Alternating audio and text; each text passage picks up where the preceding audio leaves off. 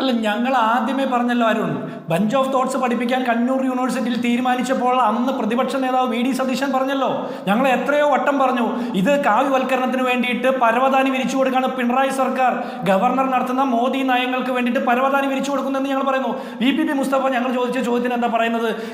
മോദി ഗവൺമെന്റിന്റെ കീഴിലുള്ള ഏജൻസികൾ നടത്തുന്ന റാങ്കിങ്ങിൽ കേരളത്തിലെ യൂണിവേഴ്സിറ്റികൾ വന്നു അത്രേ. അത് കേരളത്തിലെ 10 യൂണിവേഴ്സിറ്റികൾ VC-മാരില്ലാത്തതിനുള്ള മറുപടിയാണോ? 1065 ഗവൺമെന്റ് കോളേജുകളിൽ പ്രിൻസിപ്പൽമാരില്ലാത്തതിന് മറുപടിയാണോ?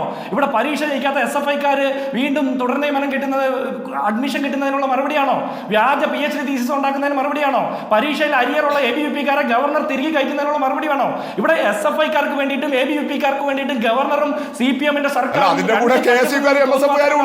ഞങ്ങൾ ആദ്യമേ പറഞ്ഞു കേരളത്തിലെ നയിക്കുന്നത് ഈ ഉന്നത വിദ്യാഭ്യാസ വകുപ്പും ഗവർണറും തുല്യ ഉത്തരവാദികളാണെന്ന് ഞങ്ങൾ പറഞ്ഞത്. ഓക്കെ, നമ്മൾ സമയപരിമിതി കൊണ്ട് ചർച്ച അവസാനിപ്പിക്കാം. കോടതി കയറുമോ എന്നതാണ് നമ്മൾ